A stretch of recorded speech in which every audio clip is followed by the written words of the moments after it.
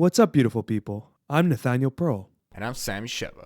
And welcome to Curious Chimps Podcast, a show where we explore the infinite complexities of the human experience. We do not endorse anything illegal, so please, consult the doctors, do your research, and for the love of all that is holy, be safe. All right, let's talk about drugs. Curious Chimps.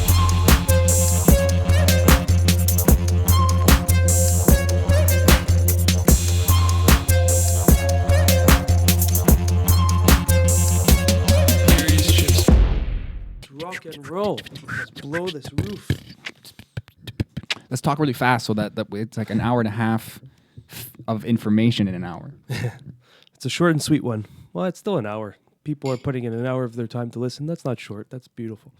It's just regularity though, right? Like you stop and then your body just goes, wait, that's supposed to be a half hour longer. It's not even in words. It's just this ambiguous, it's this feeling. But that's what I love about podcasts is like you're committing over an hour of content. You know, as a listener, you're listening to over an hour, and it's like in your mind that's an average. I don't feel like it's a commitment though. I don't feel like, I mean, if you guys feel like it's a commitment and you're listening to us, I hope it doesn't feel like work, but I appreciate this level of commitment. It's just that when I listen to a podcast, it's kind of passive. Yeah. But I just might be like some ADD brained, like No, I'm need the to same. do two things. If I put on like a GRE that's 3 hours, like I get annoyed if I see a GRE that's 2 hours. I'm like, fuck, it's not 3 hours. But I don't know if that's just because it became a habit or if it's because that's the kind of content I'm craving now. It's interesting. I in that same vein though, I used to rewind a lot. I used to be like, what the fuck did they just say? And I don't anymore. So like I'm just not stressed out when I'm listening to podcasts anymore. Where'd you go? Come back. Oh yeah, are we recording? Are we all good? Are we even? We're all good. We started, and we're not editing this out. Well, you blew my mind with the 1.5 speed. Oh yeah, man. Yeah, I'm glad I like. That's a game changer. It's funny because Mark said that to me. Well, I think we even said it on the podcast already. Like he started going to 2, and then like you start hearing things quickly, and you start talking quickly. Yeah. And just like, are you thinking faster? Not really, but you're just you know. And then it's cool. Like go on YouTube. You could probably find a video of someone who's blind and who is on a computer. They can't see the screen, so the computer is constantly talking to them, telling them what they're doing. Whoa. Is like your mouse is here. This is what you're on. This is what it says. But it's talking so quickly, and your brain actually gets used to it. We can't talk nearly as fast as we can listen. So if you fast forward, like even 3 times, 4 times, like It's craziness. it's really cool. It's just But if it's side short note. words, it's not too hard to catch on. Honestly, it's like when you get in a groove of reading. You don't even look at the words anymore. Yeah. You start gliding, and you're just imaging. Imaging. I want to say imagining, but like it's being fed to you and then Yeah. turned into images, like a projector or like a. Yeah, but I don't know. for me, like if it's a full-on sentence, like paragraph conversation at 2 speed is very hard to stick around with. You do have to it's like the cold showers. Like you But do it you in miss stages. if you miss something, if you yawn or look somewhere else and then look back, you miss like Dude, 3 that's my minutes. brain. My brain yawns. I'll be talking to you. I was talking to Charlotte, and I just started zoning out, and I felt it, and I just started reeling myself back in, and I'm maybe- like, this is fascinating. What the fuck is wrong with you, brain? So I just Yeah. missed something. It's like 2.5 times speed, and I have to rewind it like fucking 6 times because it just went. But 2.5 speed or 2 speed, if that happens, you miss like 4 minutes of conversation. You really no, like if you zone out and you miss a little bit, but you're still passively listening, like I said earlier, then it might be hard if you're not used to it because they're talking like this and it's like, oh my god, you Yeah. know, like you get a little panicky almost. 1.5 speed is the way to go though, because that it just closes the gaps. You know, You know what I noticed as well? It's funny that we're talking about this like at length, but I'm 1.5 speed this conversation. right. It's like destiny. What was I gonna say? I'm listening to Paul Selig's audiobooks. He's the one who reads them, so it's in his voice. I find it perfect because when he's channeling, it's his voice as well. So it's perfect. You got to do your own book in audio. It's nice. Yeah. Like the digital voices are cheap or free, and unless you're they like work Dr. well. Dr. Goswami, maybe you should get someone to do it for you. If you got a fucking thick fucking accent, you know, no offense, man, but like maybe no one wants it. But maybe like there's this one guy. Well, Sadhguru, I listen to him all day. I was gonna say some Yeah. people have like a nice voice. Yeah. There's this one guy. I think he's. I want to say Australian. I can't make his accent out exactly, and usually I'm good at that stuff. But he I think it's called BSOD on YouTube. He's literally just a programmer who promotes something called CMU, Okay. and it's an emulator for the Wii U. So people on a computer could play like Zelda Breath of the Wild or something. Like I've been doing. It's gorgeous. It's amazing. I'm gonna go and buy the game now because I didn't the first time. Jeez. Okay. Allegedly. So but You it's bought it the whole time. What are you talking about? No, but I'm literally retro. I do this a lot where I find something, I enjoy it, and then it's like, if I pirated this, I'm gonna go back and give them the money because I loved it and I want this. I want more of that. This is why pirating is good, because we have good citizens playing the illegal games and movies and saying, you know what, it was so good, I'm gonna buy it. But that's the line of I'm democracy kidding. and, We're talking and capitalism, like right? 0.1% of people No, would do yeah. that. All the work, all the like, dude. I mean, I know we're tangenting now on this 1.5 speed thing, but like Breath of the Wild is like a place. This game is retardedly beautiful. The nooks and crannies, the intelligence of the puzzles, the story, the vibrancy of the life, the feeling of life in the game. Like, dude, I saw squirrels for the first time like 100 hours into the game, and then I get close to them and they all stop what they're doing and look at me, and I was like, that's what squirrels would do. And then I saw moths on the light. There's like a light, like a lamppost, and there's moths, and it looks real. The shadows and everything when they those cross small it. details, man. Then it started raining, and the moths went away. And I'm like, That whoever made this yeah. game, bro. And I know it's like 1,000 people. Like, But that's like Zelda, like the first Ocarina of Time. Like that was so detailed, that game, and so it elaborate. felt that way. In retrospect, it's garbage. Well, yeah, but in the but then in retrospect, in 10 years from now, that this game you're talking about is probably gonna be like shit. I don't think maybe you're. You know what? You're probably right, because it is. If you spend enough time, you start seeing the uncanny valley. You start seeing the seams and the matrix of it all. And you can even do that with life. So if you're going to do that with with a video game, it's not going to take long. It's like this 5x5 square, but it just feels like 5x5 kilometers. Like it's this really thought out, beautiful fucking game. I don't even remember why I brought that up. I had like a point. The 1.5 speed. No, but we were tangenting from that, tying- and then we were talking about Breath of the Wild, and then we talked about. Oh yeah, okay. Well, there's too many bookmarks now. I don't remember why I was talking about Breath of the Wild. I just been playing it a lot lately. Sorry, guys. It was about the emulator that you were the emulator. So the guy on YouTube, I literally listen to this guy's voice to fall asleep. Nice. I love this guy. Every time he starts his video, goes, "Hey guys, how have you been doing?" And he just has this like ASMR for sleep. Literally. Yeah. I think I even put on one of his YouTubes on one of his comments. I'm like 80 years old in my mind. On the YouTubes. On the YouTubes, I made a comment. I made a comment section. and I comment section. It just doesn't make sense. I wrote ASMR for nerds or something like that, because I literally, it's you never know what's gonna please you and help you fall asleep or something. Yeah. But back to the other bookmark of me saying like Paul Selig, I could hear it. It was at 1.5. It was even like 1.2, I think, and it was bugging me because he has a cadence. He has a certain speed. I will talk slow, fast. People won't notice. They won't figure it out. They might be able to start telling my mood by how the fuck I'm talking, or my level of comfort or confidence. I don't know. But him, it's always, he's a elocutionist, by trade. He's an actor and a playwright, and he thinks about words, and you can hear when he talks. So you're saying you can't listen to him on a faster speed? No. It has to be at the natural. Okay. I don't say this lightly either, but it's almost like it bothers like an OCD. Like I can just smell that it's off. I see. Even though it's just faster, and I made it faster. Yeah. Something in my body. Again, we talked like, you just know, like the same way of the length of a podcast. If it's always an hour and a half, that half hour not there, it feels like you took like you were walking down some stairs, and the last step is like an inch lower, and you feel it. Everyone knows what I'm talking about. Yeah. You didn't fall, you didn't trip, but you just kind of went, huh. Yeah. And you had that second before that second where you thought you might fall or something. And your whole body knows an inch was fucking off of that last step. Something's off. Yeah. Anyway.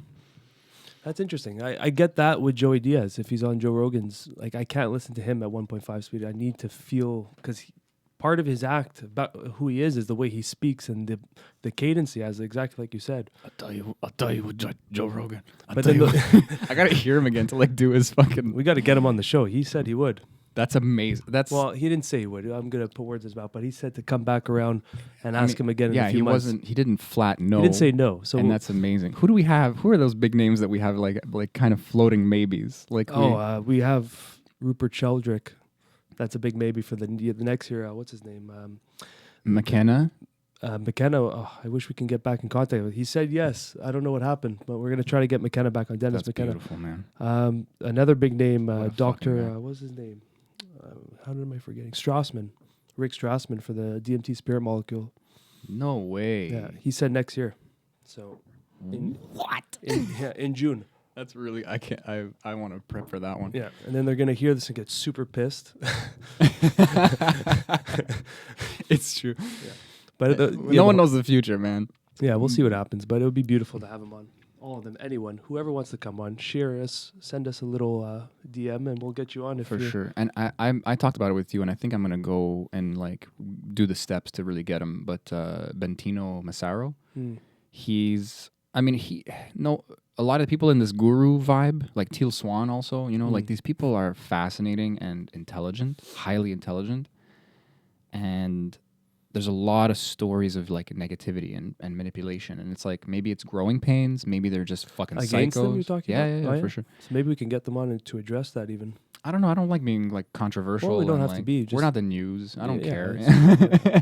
I want this guy on because Yeah. when he talks about like, he talks about enlightenment as such an accessible thing. He's like a fascinating guy, and he's maybe not a big name or as big a name as Dennis McKenna, but these days there's big doesn't But you know what, matter as enlightenment much. and insight doesn't require to have a big name. That's a good point too. It's just like we can't value it based on their audience. You know what I mean? Like he could be saying, and a lot of people do, and maybe that's why he gets a lot of hate. But oh no, but there's stories like there's yeah. there's like specific, like even Teal Swan, like a lot of people are like, I met her and she was like really like mean and cold, and it's like, you met her? oh no, it's someone saying a story. okay, yeah. I think she lives in like Costa Rica now or something. But Yeah. they're intense people, and they're putting themselves out but there. You and might have catched them on a bad day or something. We're all human, exactly. I know? like one person I might put at a higher standard is Sadhguru, because he makes big claims about needing like 2-3 hours of sleep because he's so fucking chill. And it's like, that guy I didn't know was a big name, and I was listening to him and really enjoying what he was saying. And I'm happy that I didn't know that he was popular at first, because it didn't muddy my opinion of him or in a positive or negative way. I just took what he was saying, Me and my friends have an inside You're joke. smiling. I'm just like, what is he thinking? Me and my friends have an inside joke about Sadhguru that he's like a piece of shit in real life, like in person. Fucking maybe. And we're just but laughing about it. Just What? well, obviously, he's most probably not. But we play these scenarios where like he has like a cleaning lady. And he's like, "Hurry it up!" And he's just screaming. I have a conference to do, and he goes I'm back. fucking enlightened. I don't have time for this Yeah. shit. Most probably not. He seems like a very genuine person, but you never know, man. You never know anyone. You know what I never Yep. thought of? Like, because he often says, like, you guys say I'm enlightened, and then we can talk about what that might mean, and then use it as a teaching tool. But I'll never come out and say I'm enlightened. That's ridiculous on many levels, and he's aware of that. But maybe that's a way of dodging it and being like, wink, wink, and then it's like, no, I know you know that I'm enlightened, but I don't think I'm enlightened, and I'm actually an asshole. Like just this, it's like this ultimate sheath, like this It's like this ultimate imposter syndrome in a way. in a complicated way. I don't know, man. Like it's like if he never claims it, then he gets to remain quote unquote human and slap the But do the you cleaning think? lady Do or you whatever. think an enlightened one would ever admit that they're enlightened or claim it? I don't know. I don't think it matters. I think let's put it this way. Teal Swan. Like Buddha, for example. If Buddha was around in today's time, Let me answer your question with a question, and the Buddha is a great example. If you know you can help people, are you going to pretend you can't? Like enlightenment, I think the Buddha Yeah, might but- talk the same way as Sadhguru and say, look, bro, you want to call me enlightened? We're all enlightened in a way, like what is he going to take away from what you're trying to say? How is he going to damage the box that you're trying to put him in? the reason why I don't think Buddha would say he's enlightened is because then you're becoming an idol. You're becoming worshipped as a god. And I think that's dangerous. Yeah. Yeah, I think someone enlightened is really perceptive of stuff like that, Yeah. hopefully, and smart. And well, they're not going to go and approach you as I'm the enlightened one. Come to me for questions. They're just going to keep, that's what's funny about these kind of like Sadhgurus and stuff. They'll answer a question with a question, or they'll give you like an answer that's like kind of like you get frustrated a little bit, but it's not like a direct answer. I tell kind of thing. It's more like yeah, if It's frustrating for two reasons. One, it was a straightforward question. He gave you a fucking mystic, convoluted answer. Or two, you had a complicated question about your life and you wanted a simple answer. Yeah. And it needs to be answered with a question because you need to look within. And that is always annoying because if you're not looking within, it's because you don't want to. Yeah. And then someone goes, you got to do that. And then you're like, but that's why I'm asking you. And they're like, well, Yeah. I'm being a good mirror and telling you to fucking fuck off and look inside, bro. But Like those are the best because then that frustrates you. But if you get past a little frustration, you have a moment to really learn about it. And you know, I know a lot of people understand these concepts, so I won't spend too much time on it, but I've been getting a lot of help with Paul Selig's books. We frustrate ourselves every time, all the time. Like I am finding a way to be frustrated in the situation, maybe unconscious, obviously most of the time, like semi-consciously, but that just to take the victimization out of it, just that doesn't need to be a talking point. Just wanted to kind of go in and correct that because the guy's giving you probably really good advice, or he's giving you it's what not the you advice need you to hear. wanted. Yeah, or it's not. It's non-advice. Yeah. It's like, sorry, I don't know. It's a long-winded way of saying these points might help you, or these perspectives might help you, but I don't know, and you need to know. You do know, and you're not admitting it, most likely. So that yeah, you're gonna get ticked off. You're gonna tick yourself off. Is what I'm trying to say. It reminds me of a story my friend told me about Buddha, where I think he was building a temple with some of his students, and like this guy ran from like 3 villages to Buddha, and like, Buddha, you have to come help me. My mother's in big trouble. She needs a lot of help. She come. I need you right away. And Buddha's like, I can't. I have to do this. And he kept begging, and then Buddha's like, okay, I'm gonna come. But like the temple had to be up like the next day or something like strict deadline. And so the Buddha, everyone was like, what the hell are you doing? We got to fix this. And Buddha's like, he needs my help. How can I turn away? So he goes, they travel through 3 villages or whatever the story is. I'm butchering it, but it doesn't matter. The details don't matter about that. So he gets to the mother, and she's very old. She's in her deathbed. She's about to die. And then Buddha looks at her. He's like, what's the problem? And he's like, she's dying. Please, Buddha, help her. Please, please. And he's like, there's no problem here. And then he just walked out and left. But that's the story, is that there's no issue. Microphone drop from the fucking Buddha.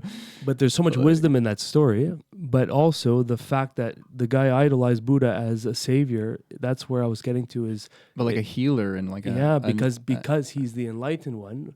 You know, if you start claiming you're enlightened, then you're giving that kind of power to people, or that you're illusion. taking away their power, Yeah, or and they're taking the away their reliance. own power through victimization, and then even thinking, oh, the enlightened one will... You're damaging your enlightenment because you're thinking this person is so much more powerful than me that they're more Exactly. powerful than natural law. I don't even need to Exactly. be responsible for my own Buddha will life. save my mother. Yeah, and it's like, Bring him. from what? Death? We're all gonna die, you fucking That's it. dingus. That's why I'm that the story, Buddha. that's why that story is so powerful, because that's the human condition.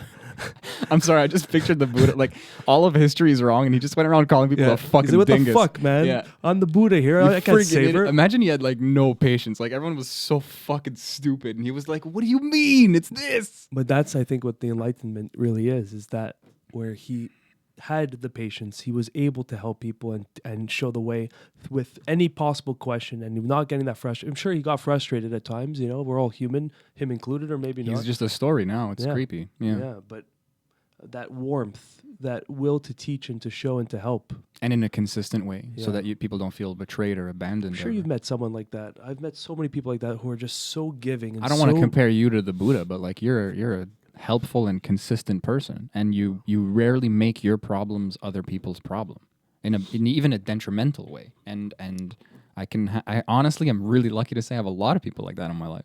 Yeah. Even if it's 2 or 3, it's a lot. It's a rare kind of human. But Not maybe to put too much because I pressure don't feel on that way about myself at all. So maybe that's what Buddha was all about. No, I've gotten to know you. You have stress and shit, and you're up there though. You know, you can take care of yourself and even extend yourself to others. I And try, that's- man. I don't know. It just feels natural in a sense. you I know? think it is now. I think it is. Honestly, I don't want to victimize myself, but I feel like I would take the word try out, and it just feels natural. You know, it's not like something I'm going out of my way to do. I don't know. maybe you just have that space in your life. Maybe you just know how to balance it. Right now I've actually kind of receded from a lot of friendships, and I'm taking care of myself, air quotes, and I don't even know if that's healthy, but it's just something I'm trying. And I Yeah. feel like you've kind of came and gone with experimenting or whatever. I don't know, like you were just raised different. You're like, I'll take care of my life and my work and my close relationships, And then I'll even expand myself and my life and even uplift people in those relationships or even smaller relationships. I don't know. Maybe I'm giving you too much credit. Well, yeah. Well, in my mind, I disagree with everything you're saying, but But you still speak objectively about yourself. So if you want to like self-deprecate, go ahead. Because then in the same breath, you'll be like, but yeah, I do all this stuff and but I help that I guy. have to attribute it to mostly to plant medicine because for me, that was my slap. yeah.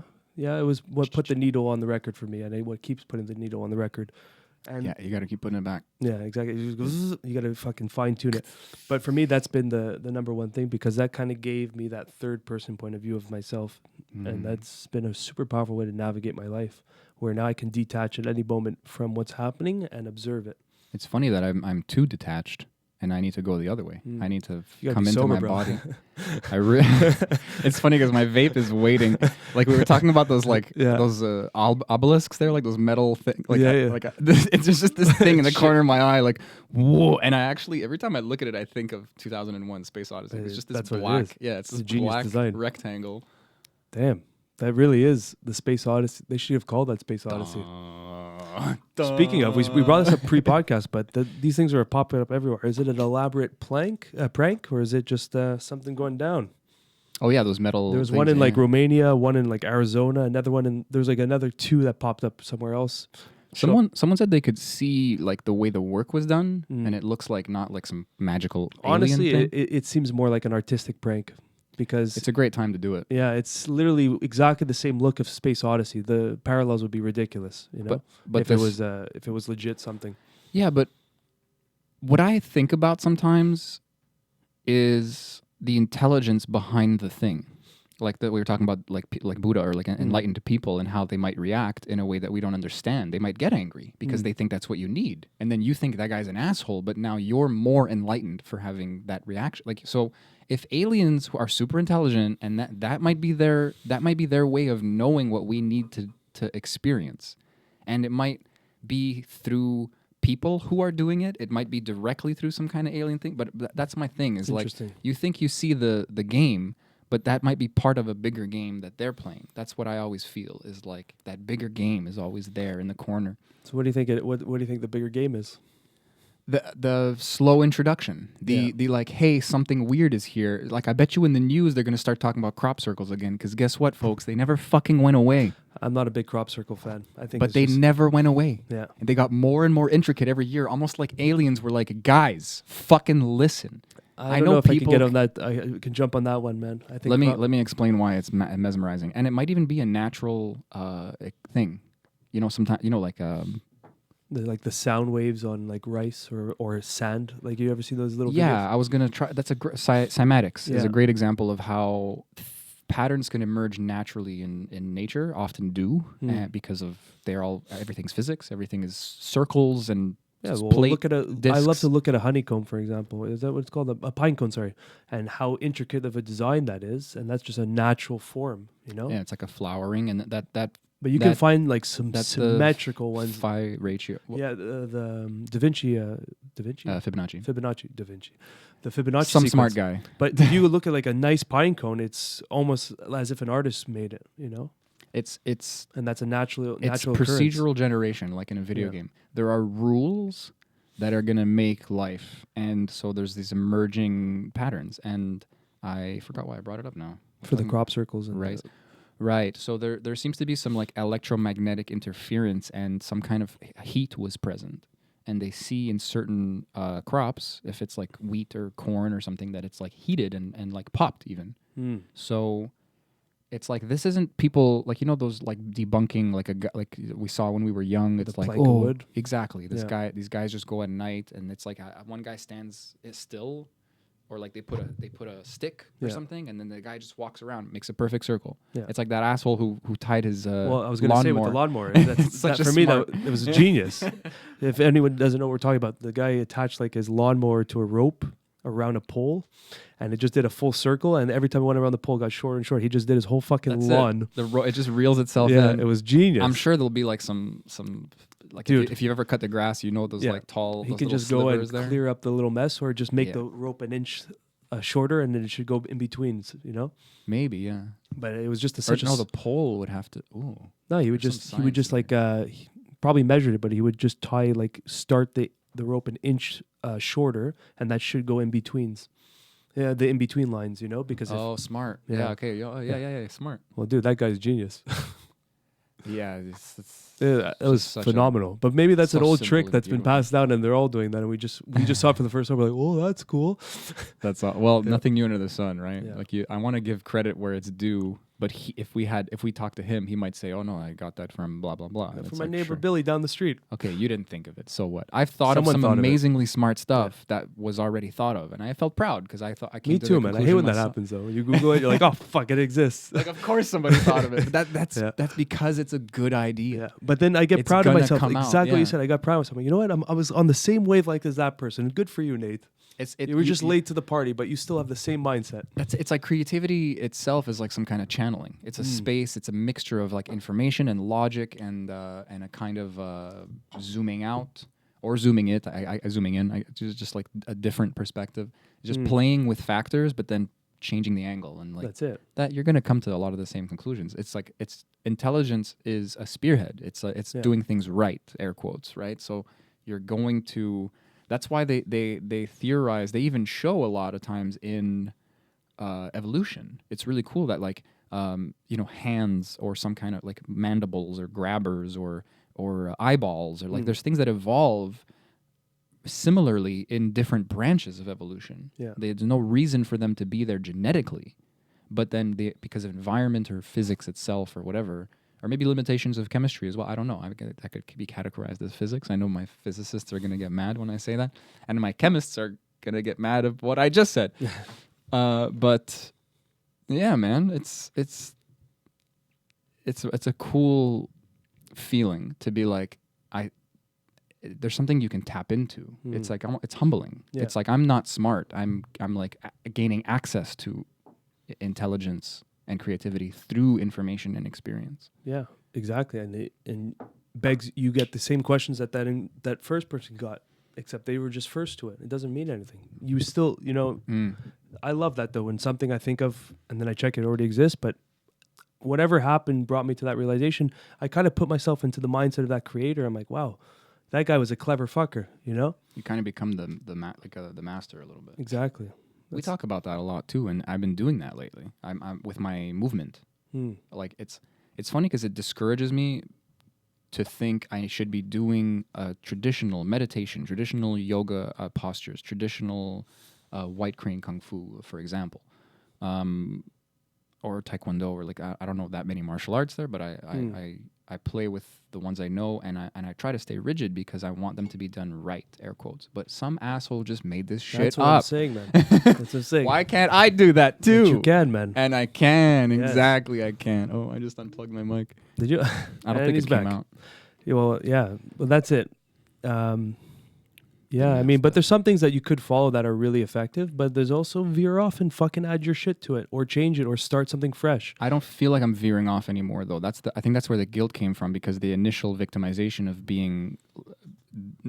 of resisting the identification as the master.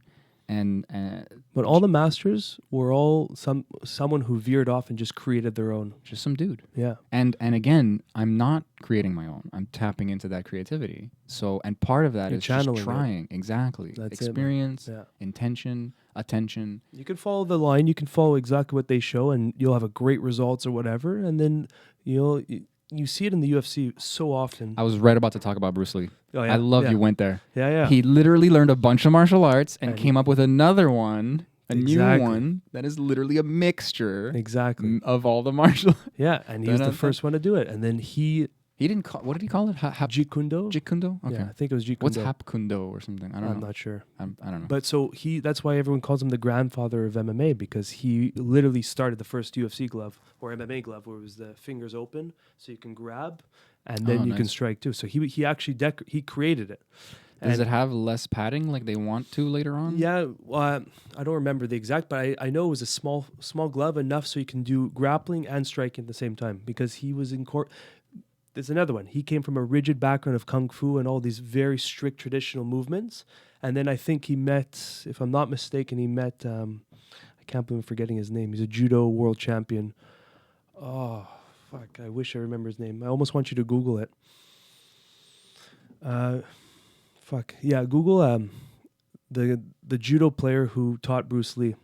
I can't believe I forgot his name. Anyway, as you're looking for his name, this guy apparently on the movie set they were just sparring for fun, and he picked up Bruce Lee, and Bruce Lee had no idea how to get down. And then Gene LaBelle, I figured it out before you got there. Gene LaBelle. Sometimes people you don't need Google. The mind is way more powerful than you think. So Gene LaBelle taught Bruce Lee judo and a bunch of other shit, and just showed him a whole other avenue, and then he formulated this mixed martial arts style in his mind and incorporated all these things and created Jeet Kune Do. It was he's way ahead of his time. But it really is what happened was he tapped into what we're talking about, is that creative channel.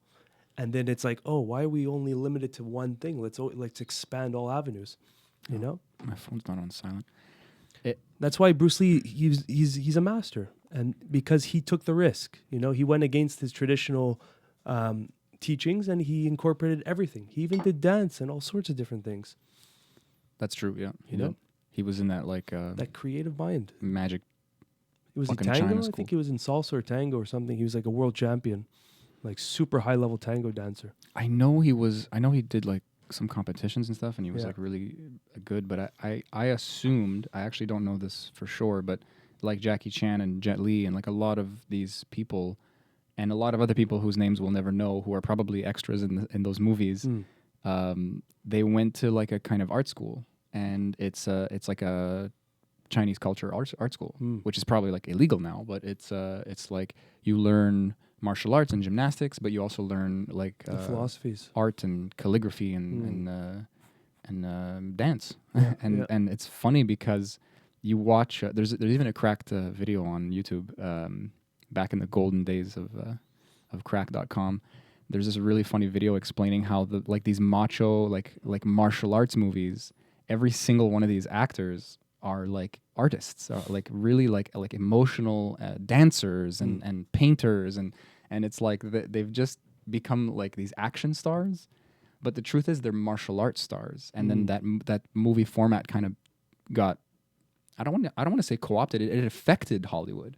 It came into Hollywood, and there was a space for it, obviously, which is why we have people like Bruce Lee, and then he paved the way for Jackie Chan, Jet Li, Tony Jaa, and whoever is coming next on the pipeline. But it I don't know, man. It's incredible to It's the history of things always kind of it like makes me, what's the word? Like it's always kind of like fascinating and weird, and it subverts the expectation. These people are actors. They're playing a role. You know, even Bruce Lee, a lot of his life is in his roles, big time. But I remember seeing an interview of him commenting about one of his scenes where he's like teaching someone, and he's the master, and he's giving like this like advice, and he goes, "This was kind of a moment from my life, but it's a fucking movie," you know. Like I don't think he said the F the word. humble part of it too, right? Yeah, he just kind of hobbled himself in a humble way in front of everyone. He's like, "Guys, we're playing a role here. You know, like come back to earth." Because that's what makes the master is I'm on earth, man. I'm in my body, like we were saying before. Like True master, a true enlightened one is the one that won't stand up and puff the chest and be like, "I'm the enlightened, I'm the master. Listen to me." exactly, it's not going to benefit anybody. It all ties into what we're talking about. It does. Yeah, when there's weird tangents, but it's the truth. That's Yeah. what creates a real master or a real enlightened person. Is not the ones that claim they are and need to state that they are. Is the ones that are just you fucking see it, you follow. But if you do, is that necessarily bad? I know we're talking about the possible bad things, but like Kanye What's West, the intention in saying it? maybe you just feel that it's true.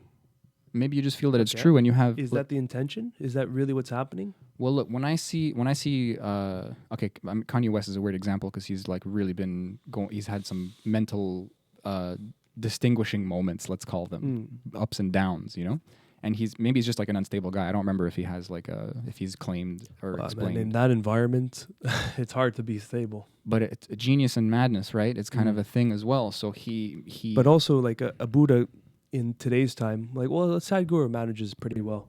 Yeah, but he's living in a certain place as well, and he's managing. I like that how you said that because he's like on YouTube and he has like a internet, like a what's it called, like an e-shopping thing with like Yeah. branded shit, and he talks about it. He's like, we have to, like, we don't. Yeah. I don't want to do this, Yeah. but like at least we try to make it like all well sourced and Yeah. and not shitty materials and stuff. But there's a consciousness to being ept. There's if you're an ept person, if you know you're good, you're probably smart enough to know you're good. There's a humility in continuing and not just being like, I'm good and I'm going to stop here. That's retarded. And Bruce Lee actually talks about plateaus in some viral video somewhere. And he's like, that's important. You can feel like you won, but you're just at a plateau. There's always higher. Always. So don't stop. Don't think you win. Exactly. And that's what made him. That's what I was getting at. Like, he's mastered all these other martial arts, or at least enough. I don't know. Mastered is, there's no end, right? No. That's another squirrely thing, and that's enough for that's what allows him, or that's enough for him to then be the master. Like we're saying, he's actually been the student so long that now he can teach other people and even affect information itself, or add to the information itself, and that's literally being humble enough to be the student and simultaneously being just honest enough to be like, I'm going to make my own thing now. I'm going to be the master. You might not use that word. It might be a loaded word. I don't know. But just having that confidence. So like, I like what you said. What is a Buddha or an enlightened one or a guru of some kind? What does that look like today? Yeah. It might look like a crazy person screaming at you. It might look like Trump. It might look like, we don't know what people are doing. Trump's we don't know Buddha, what their man. intentions are. We don't know what they're doing. Sometimes people are just angels. They're just in the right place at the right time, and God is doing something through them. But sometimes they're if we can kind of choose to be that all the time, we can bring that into our vibration, into like our consciousness. Yeah. And then that could be for malicious reasons. Essentially, you become a manipulator. But are you going to fuck shit up, or are you going to help everybody? It's very interesting, actually. Because we're doing it all the time anyway. Yeah. So you come into truth. You come into an honesty about the strings that pull us all, that connect us all. You don't want to pretend they're not there and be at the, in the wind with no rudder, as they say. And you don't also want to just take advantage of everyone and try to up yourself in this weird game where we think we're all up against each other. It's almost like, even probably in Buddha's time, there was probably multiple Buddhas across the globe in different communities, different areas. Every tribe probably had their enlightened one, and like today's time, there wouldn't just be one the Buddha. There's so many, like, for example, Dwayne Johnson, The Rock. Like, some would say he's enlightened in the way he talks and the way he promotes the positive mindset and being nice to everyone. Then Russell Brand's another one, and there's a few other names that we can just call out. Even Jordan Peterson. Like, there's so many masters right now. I don't think that if Buddha showed up as one guy or one entity, that we're all going to bow down and follow his word. No, that's always the slippery. It's a big red flag. It's Jesus said it. The Buddha said it. Yeah, man. They're like, well, like, even in Buddhism, there are multiple Buddhas. That's something that people don't know or forget often. We even probably mentioned it a few times already. I talk about Tara a lot, actually. We mentioned it with Crowley there. Yeah. Fuck, I love that guy. What was his first name? Crowley, Mike Mike Crowley. He doesn't look like a Mike. That's why I always forget his first name. What would you give his name? I guess Michael. Yeah. Because he looks like Graham. He looks like a Graham. He looks like a... I don't know. He could be like a Theodore. Yeah, something. That's it. Like a 3-syllable name. a Percival. Edward. That's 2-syllable. Eduardo. Eduardo. We don't know. Yeah. Oh, that's funny. But yeah, there's. Well, you were saying about the red flag. Well, yeah, people who come in like, it's me, Yeah. and it's like, okay, But even like if Jesus came back, if the second coming of Christ, let's say Jesus shows up again, he's gonna get so many haters. It's gonna be a tough time for him. I always wanted to ask Christians, wouldn't it be the third time? Who's Didn't the he- second? Well, Well, because the resurrection. Yeah. So he came, like his effect on the world was once, and then the second coming. I guess I understand that. But it's like he literally came, died, came back, and then... But when he came back, he just fucked off. I don't know the story. Why? What happened in his 30s, or 20s, I guess, until he was 30? You're talking about what he happened? left for a while and then he came back. I'm talking about when he died and resurrected. No, I mean, yeah, the 3 days, the Easter Yeah. thing, the whole... Yeah, like, I don't know the story well, but, like, what did he do after he died? He came back... what did he do after he came back to life? What, he's just walking around From my knowledge, my limited Jewish knowledge, he disappeared after that. That's what I thought. They came back. The stone Just was never moved, and he came back. never came back. Interesting. So it's like a mystery. That's why the second coming is like the return. It's funny because But I'm also now wondering, because I may have heard a story that he did come back to talk to someone to say he will be returning or something. I could be talking shit though. I thought it was just part of the story, and like Fuck it, he it's a kept story. healing people. Keep and telling stuff. the story. It's true. Like the water into wine stuff is Yeah. later, maybe. I don't know. Yeah. I It's gotta weird that brush up story on my of Christianity. the death and 3 days later return, resurrect is such a common story. And I think you ever saw that movie Zeitgeist, which showed the parallels in all those stories. I saw one of them, maybe the first one. Yeah, it was and like then I just Cyrus had the decided same thing, not to 12 watch any of disciples or them. something, and Yeah. then died 3 days later, sunrise. Oh yeah, yeah. Like yeah, that archetype has literally been repeated in so many cultures. There's a third example. I can't remember right now. There's a third example. There's a few examples, Yeah. but there's definitely an interesting. There must be one really good book somewhere. I don't know. I've never looked it up, but I would read the fuck out of that. I've always been interested in Joseph Campbell, he meta for sure religion has- in a sense. Joseph Campbell for sure has quite a few books that can probably elaborate on those. I have one. I The should- common thread is what Yeah. I'm I interested should read his book again. I stopped at The Power of Myth. I think it's what it's called. Incredible book from what I started. And it was like a Q&A. It was literally the interviewer asking questions, and then it wrote down it as a book. Wow, It was very cool. that's cool. Yeah. That's one of the beautiful minds of our time.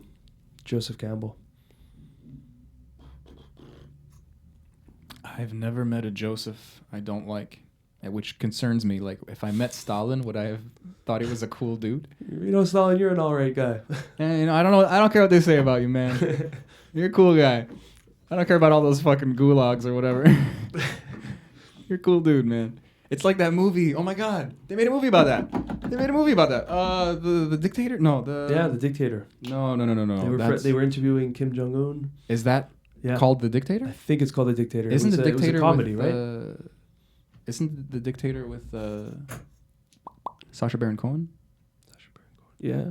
But who else was there? It was a bunch of them in the movie. No. The one I'm thinking of is Kim Jong Un, and It's called The Dictator.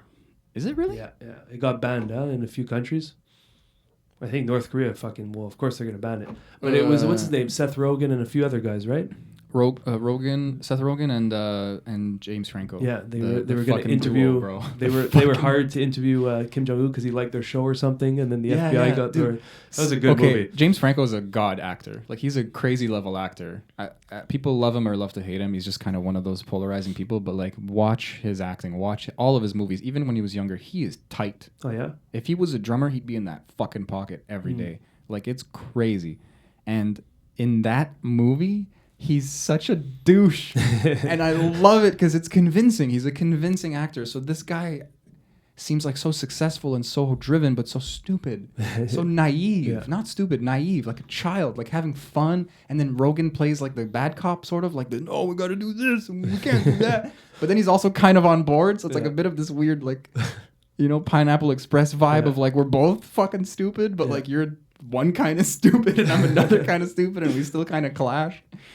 Those guys made fun movies, man. They surely did. You watch Sausage Party? Oh God, This is the I don't want to ending. talk about that. Anyone who hasn't seen it, just go for the ending. It's the most ridiculous thing you'll ever see. it gets It's strange. such a It gets stupid really movie. strange. It's honestly the only way that movie could end, in any kind of like respectable way. I'm surprised you're saying that's the respectable way to end it. Well, because there's no other way no to other end way. it respectably. Just go over the top, way worse. Anyway, We're not spoiling it. Yeah, It's I worth don't know. watching if you hadn't, but it's not that good of a movie. It's not even it's just a twist. It's like a you might call it a twist or something, but it's like the story There's for starts sure some taking this twisting fucking happening. turn. Yeah, I don't know, man. Isn't Seth Rogen responsible for Superbad? Yeah. Like that's a They're super bad. I don't even want to call that a cult classic. Like, there's something special about that movie. I watched it. No, at it a was super certain bad and time. Knocked Up were like the two big ones. Knocked Up was a surprisingly good movie. Like it was a quality movie, and I don't remember her name there, but that blonde woman from Roswell, like that actress who's I'm terrible with names. oh, I had her name in my mind for a second actually, and it just vanished. Now it's just stuck. Lisa Kudrow. That's not her. Lisa Kudrow. It's something with a K. Anyway. Whoops. But yeah, okay. We tangented like crazy. Yeah. Okay, Let's bring it back to. we got like 15 minutes, and you wanted to talk about something specific. Let's tackle that. Yeah. Maybe we'll go a little bit over, but like you wanted to bring something up. We didn't bring it up last time. Let's fucking do it before we forget. I don't even know anymore. Was it the Vipassana or the 5-MeO? It was kind of both. What about Vipassana? I know you're going soon, so Yeah. you're probably going to come back with some fun revelations, let's say. Yeah, I mean, maybe this is more of just like a shout out to everyone that I'm going to do it, and maybe that I'll have a lot to say afterwards, and maybe I'll have that. It's funny. You go to a silent retreat, and then you come back with a lot to say. That's something about that makes a lot of sense, though. It's kind of true. I literally I said it a million times. I wrote a story. I started telling people like let's make a comic book. You know, like I have this story in my head. Well, that's it. The first song I wrote was done in Vipassana in my mind. You know, literally. You have so much time to kill. Like I feel like people listening are like, oh, you're not doing the thing. It's like, look, bro, you're meditating like 11 hours a day. So the other like 5 hours that you're awake, you're thinking. You're not meditating. Yeah. Fuck off. You know? Oh man, I was so crazy because so anyone who doesn't know Vipassana, it's 10 days in silence. You take a vow of silence. You give away your phone. You just go there. Well, you don't give away. You just hand them your phone. So you never get it back. Yeah, that's the it's payment. Done. Yeah, your phone for life. So you basically just have your clothes. Just backing it up in line. You basically have your clothes, your room, and that's it. No books. Can't write. Yeah. Can't read. Can't. No photos. They specify a lot of stuff. You can't talk to anyone. Can't look at anybody. They tell you don't kill anything. So like if a bug is crawling on you, you have to be careful. Yeah, you know, some of this people will see that and be like, "Oh, these rules are very like cultish." But they explain everything. Yeah, it's really not about cult. If you don't know what Vipassana is and you're listening to us, I'm confused. Yeah. There's a lot of people. Go back and listen to other podcasts. That's true. We have amazing I think clips. it's like number 14 we spoke about it. I could be wrong, but one of those. The analogy, the plant, teens, the roots plant thing, the clip you made recently. Yeah. Oh my god, just that fucking background too. I don't know why, dude. Yeah. I loved that clip. It's so the info is great, but the presentation makes it pierce a little more. Yeah. It's fucking excellent. So the brief 10 days silence, you give up pretty much your entire external life for 10 days and you just focus inwards. And there's nothing to do with cultism because the whole premise is to look inside your mind and be with yourself. If you want to be technical, it's Buddhism. Yeah. But it's not even that. They keep trying to differentiate themselves and separate themselves from all these ideologies. It's a human thing. It's a very human moment. They're not going to cram anything about energy or I mean it's very spiritual and these things might come up and they do, but they're not going to bonk you over the head with reincarnation and shit like that. They do mention it, but it's more of just his philosophy. These things are reality to certain people, so it's part of the religiosity that's in there. If you don't, but that's the thing about Buddhism is these teachers are going to tell you, experience it, leave me alone. Like I'm not going to story tell you. What I love about that fucking Buddhism and all these things in that kind of relation. It's so about you experience it and you tell me kind of thing. Yeah, the teachers, like we talked about Sadhguru, like and he doesn't always do this, but just as an example, but like the teachers are asking questions often. They're very empowering, and for someone who doesn't know how to be in their power, it can very much be annoying, like we said. Yeah. But it's the best way. It's like you eventually start mimicking them and asking questions. Yeah. And knowing when not to ask questions and just be in your experience, because the point of them asking you questions is what are you experiencing? What is actually going on? The Vipassana even means like what is there or what is real, like without obstruction or without deviation or delusion or change. So when you're meditating, when you're in this experience, the whole philosophy and the whole goal, and some would say behind Buddhism as well, is just to shave all the crap that we're putting on ourselves and just be here now. Purify the mind. Yeah, be still and know I am of God or I am God or whatever resonates with you. Not even know, feel it. Knowing it with a capital K, they say, you know, like really knowing, not knowing in this kind of read and repeat kind of way. Exactly, this academic knowing that we've put in some weird hierarchy that is actually lower down the rung. Yeah, it's nice to be able to exchange information, but there's so much exchange of information that we don't know on that experiential level, and there's a lot of mistakes that happen that way. So that pretty much explains our whole society. Yeah. But that's it. Anyway. So that's the goal of the Vipassana. So it's 10 days of 10 hours a day or 11 hours, whatever it is, of deep meditation on yourself. You go to sleep, you eat, meditate, go to sleep, eat, meditate. It gets very redundant, very difficult. Yeah, definitely. And it's not even on yourself. Like the self stuff comes up on its own, but the technique is very deliberate and it's walks through. I've been doing Anapana a lot lately. Just feeling the air coming out of your nose and it's subtly gliding or tickling like on your upper lip. Geez, like day 5, that feeling, you just feel like a breeze across your entire body. I don't know about you, but like that focus on the exhale. I always say they built a cursor. Yeah. So it's like they make you feel this kind of triangle like on your face. It's like start small, then go big, then go small, and then take that small, and then they start guiding you through this guided. Like most of the meditations are not guided; they just kind of explain the technique and let you practice. But then there's this one day, I guess like day 4 or 5 or something, where it might be earlier than that. I don't want to take the skirt off the whole experience there. That is a weird expression, but expose the Vipassana. Yeah, I don't want like the danger is what we're saying, that you need to experience it. Yeah. We cannot tell you what the fruit tastes like. We can show you where the tree is. We can try to explain it to you, but there's no point. You're not going to get the nutrition. You're not going to get the bite. You got to taste it. You got to bite. Anyway. But that's I keep interrupting you. Yeah, but no, it's as simple as that. It's just anyone who's going through a really tough time right now, everything's locked down, at least where we are, and I'm sure most of the world is. I figure the best place to go is inwards. And that's why Vipassana came during Christmas till the New Year's. And I think it's like the perfect time to just go in and be with myself. I think it's cool to do that deliberately now that it's kind of been forced. And I wanted to ask you, do you think anyone who's gone through Vipassana is having a little easier time with the lockdown? I would say yes and no. I would say yes if easier. Easier. I don't want to take suffering away from anybody. Yeah.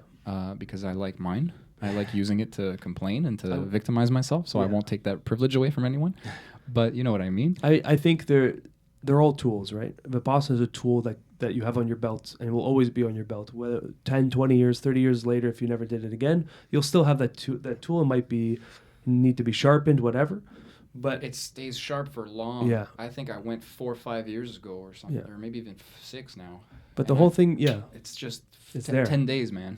But that whole thing about tool belt is you have all the tools that you've attained through lessons and practices. But I think you're misinterpreting me. That's a good point, though. That's a good point, and I don't want to. I actually feel bad that I interrupted you. But what I was asking was like just the fact that they were exposed to a kind of like drastic solitude. I should say we. I went. So I can only speak on myself then, on behalf of myself, because I don't know how other people interpret Vipassana. That's a very like I could talk to you or my immediate circle who has done Vipassana, and it for sure helped all of us. But I can't speak on the grand. But for me, it definitely gave me that space to sit inwards. But I think unless someone had a traumatic experience at Vipassana, you're now just at least a little bit better at being alone. But it might be an unconscious thing. If that tool's not being used, it's just operating in the background. You might not even be aware of the change it had on you. That's what my question was. Yeah. It's not about doing the technique or actually meditating. It's just suddenly you find yourself alone and in your thoughts, and somewhere in your DNA, you're like, oh, we have the immunities. We're kind of ready. Yeah. Kind of. I guess that still applies. That's still a tool that's sharp, just not as deliberate. I think one-time Vipassana is not enough. I feel you. Yeah, I definitely need to go I slipped 2-3 more away. times. I'll be honest. I slipped away. I still can do I'm okay alone. The seat is strong and clear. Yeah. It's waiting for you. Yeah. I think a few more Vipassanas and try to really integrate it into my life, and not just like Wenka would say, is like, don't just come here once a year and make this part of a ritual to just do Vipassana and then just go about your regular life and not make the changes. You got to meet the tool halfway. You got to use the tool. You can't just have the tool in your tool belt and you're good. Even once a year is like it's a lot, but it's a true. commitment I want to make is at least once a year for Vipassana, and this is my second time. I did a little bit over a year ago. I don't know if I'd want to do it once a year. I feel like I want to do a 30-day one, man. Because what he said made me feel. It's funny. It made me feel like I'm not welcome in a weird way. Not in a personal way, but it's like, do the work. Don't just come here. whatever way you get that message, hopefully. And then that actually made me want to practice more and avoid going back, you know? And it's funny because you said you meditated the same amount when you came back. Yeah. And you didn't care to like panic and kind of solidify the thing. And I only noticed that the skill or the technique is still very, I could do it. I'm doing it. I'm doing it as you're speaking. You can't not, you just think about it. Yeah. But there's definitely a difference because I used to wake up and start meditating the second I was. I remember you told me this. And it was because it was practiced. I'm not saying, I'm going to meditate every time I wake up. You know, like I don't have that kind of discipline in my life. I never have. Yeah. But I was able to implement it daily for a time, or even at least regularly within the week, let's say. And then it was just this muscle thing. This I would wake up and I'd be, my eyes are closed. I'm comfortable. I'm breathing. Meditation. Nice. Equals meditate. I'm not fully awake yet, and the first thing that comes in now today, I was awake for an hour. 44 of those minutes were on my goddamn phone. And I'm with you on that too, man. I wake up, I grab my phone, I look at it, and this is where I realized it's not about restarting. It's just about putting the needle back on the record. Like I said before, I got to get back to that. I don't even know how to describe it, but it's like that intimate space for yourself. And not grab into the stimulus and the because when you're using your phone like that, you're really just targeting the reptilian part of the brain, reaction, dopamine. You want that quick information, whatever. I catch myself looking at my phone, looking at nothing, but I'm scrolling as if I'm looking for something, and then I realize you weren't even like aware. Then I go, oh, what am I doing? What am I even looking for? There's nothing I'm looking for, but I'm looking for that. Yeah. Maybe unconsciously you're looking for that story, that breaking news, something crazy happening because you're wanting that dopamine, and then I realize, I've been operating in the reptilian brain way too effectively, you know? For me, it's muscle memory. Like I'll open my phone because I have a notification for an email or something. Because you were rewarded because of that, and that's why your muscle memory is going back to that. It's worse. Oh, yeah? It's worse than that. That's a good point to connect to what you were saying. But I literally like open my phone and there's a glitch moment of like again, you know, blame it on the ADD or like they say, but. I started thinking of that song and everything. Sail. I really for sure have ADD. The fact that I just open my phone and then even in the periphery I see like the icons, the apps, whatever they're fucking called now. The widgets, whatever. Exactly. Yeah. The doohickeys, the schmicks, the thingies. The clickers, the buttons. Okay. We got 10 names for them. We got it. It's like, bro, we got 2 minutes left. Hurry up. My muscle memory is something I rely on a lot because my attention's never been strong. So I've always been enjoying things like martial arts and sex and yoga and trampoline and they're these kind of controlled and solitary things and that's how I live my life now. So I literally get lost in my phone because I will go to another room and forget why I came in there, kind of thing.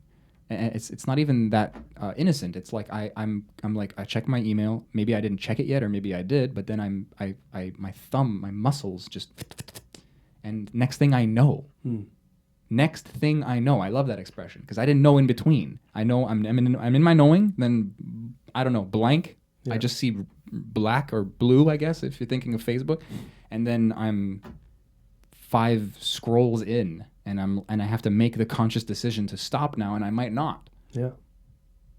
Yeah, and that's. We just got on a rant of like Facebook and shit. But now.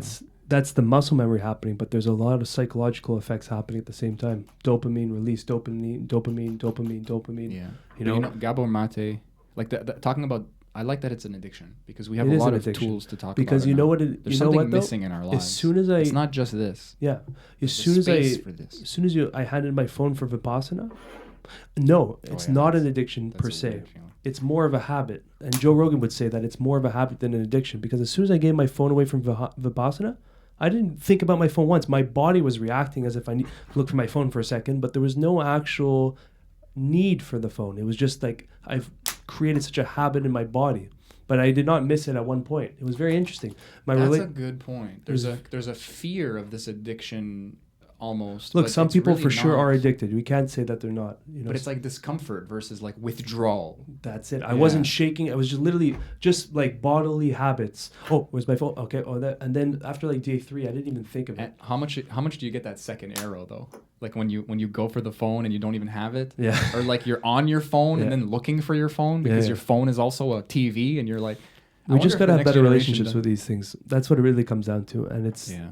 meditation's a great practice to start to create that separation, because we all have the capability of meditating. Look how we use our phones. That is a form of meditation. We're mindlessly looking at this thing for hours. I would back up a lot and say that it's a form of hypnosis, which is a form of focus, which is a form of meditation. Okay.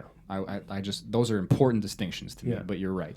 But you're able to sit in silence and let your mind drift, and just maybe even have an empty mind and just looking at content.